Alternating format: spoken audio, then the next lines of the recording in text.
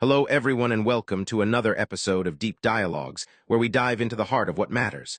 Today, we're unraveling a topic that's as timeless as it is profound: love. You see, many people believe love is a magical force that, once kindled, burns on its own effortlessly. But the truth, as we are about to explore, is quite different. Let's get comfortable and really delve into why it's not that love ends, it's that you don't cultivate it. All right, let's begin by unpacking the common misconception that true love should never require work. We often romanticize relationships in movies and stories, imagining that the perfect partner will naturally fulfill all our needs. This expectation sets us up for disillusionment. Real love, in the flesh and bone of daily life, needs as much attention as a thriving garden. Think of each emotional interaction as a seed planted. Without regular watering through patience, communication, and understanding, even the deepest passion can dry up. The first key takeaway is that cultivating love involves effort and intention. Now, that might sound exhausting to some, but it's a labor that bears incredible fruit. Just like maintaining physical health requires regular exercise and a balanced diet, emotional bonds need nourishment. Ask yourself, when was the last time you really listened to your partner's needs, beyond words spoken, interpreting what's left unexpressed? The art of listening is a powerful tool, often neglected in the bustle of our busy lives. It's about creating a safe space where both you and your partner feel valued and heard.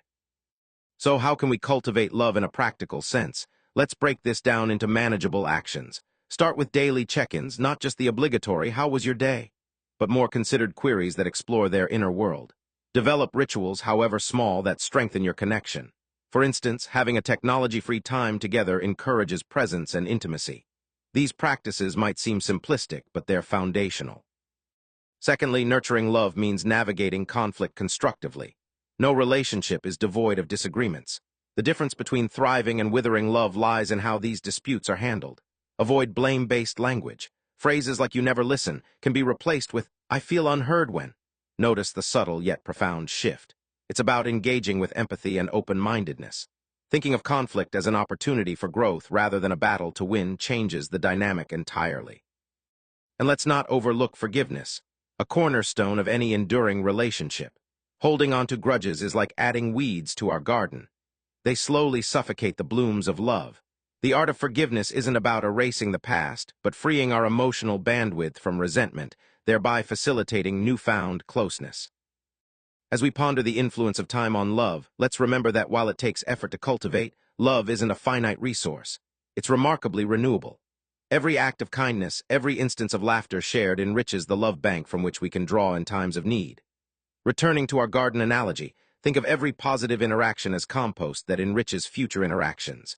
It grows stronger, richer, and yes, more beautiful over time. In conclusion, today's deep dive teaches us that love's longevity isn't determined by fate or chance, but by the deliberate choices we make daily.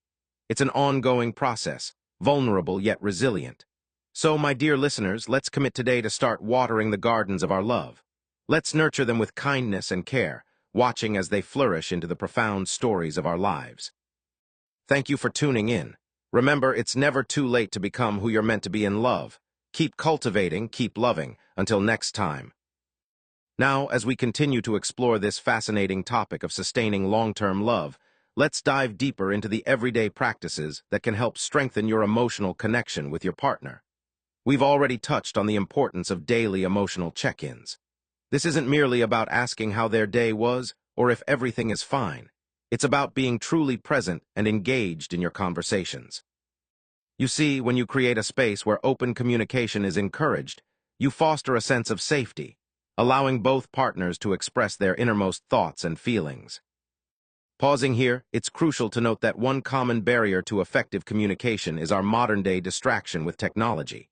So, consider setting aside unplugged times during the day where you focus solely on each other without the interruptions of phones, tablets, or televisions. This act of removing distractions can be highly personal and rewarding. Another critical aspect hinges on the art of constructive conflict resolution. Many couples fear conflict, but avoiding it can lead to unresolved issues that fester over time. Instead, view differences as opportunities to grow and understand each other better. A practical tip here is to use I statements rather than you statements. This means expressing how certain actions or words made you feel rather than assigning blame. For example, saying, "I feel overwhelmed when," rather than "you always," can transform your interactions, fostering an environment where both parties feel heard and appreciated.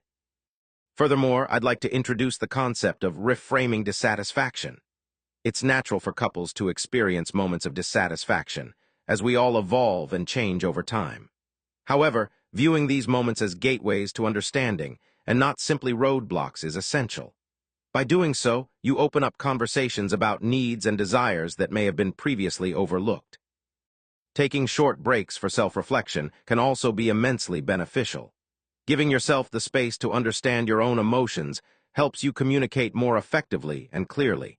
It's a simple yet powerful practice that can prevent misunderstandings and unnecessary conflicts.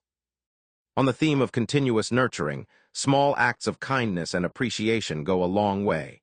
Sending an unexpected note, planning a surprise date, or simply saying, "Thank you" reinforces love and connection. It's about acknowledging each other's efforts and contributions within the relationship daily. As we draw closer to concluding this segment, let's revisit the significance of forgiveness, as we discussed in our previous talk. Harboring resentment is detrimental to any relationship. When forgiveness becomes an integral part of your love life, it allows both partners to move forward positively. Finally, remember that sustaining love isn't a one-time task. It's an ongoing journey. Love should evolve with your growth, adapting to life's inevitable changes. Reflecting on these principles, actively participating in your relationship's commitment to love can create a vibrant, lasting connection. In our next episode, we will delve into the role of shared goals and dreams in keeping the flame of love alive, yet another layer in nurturing a flourishing partnership. Until then, I encourage you to apply some of today's key strategies and observe the transformations within your relationship.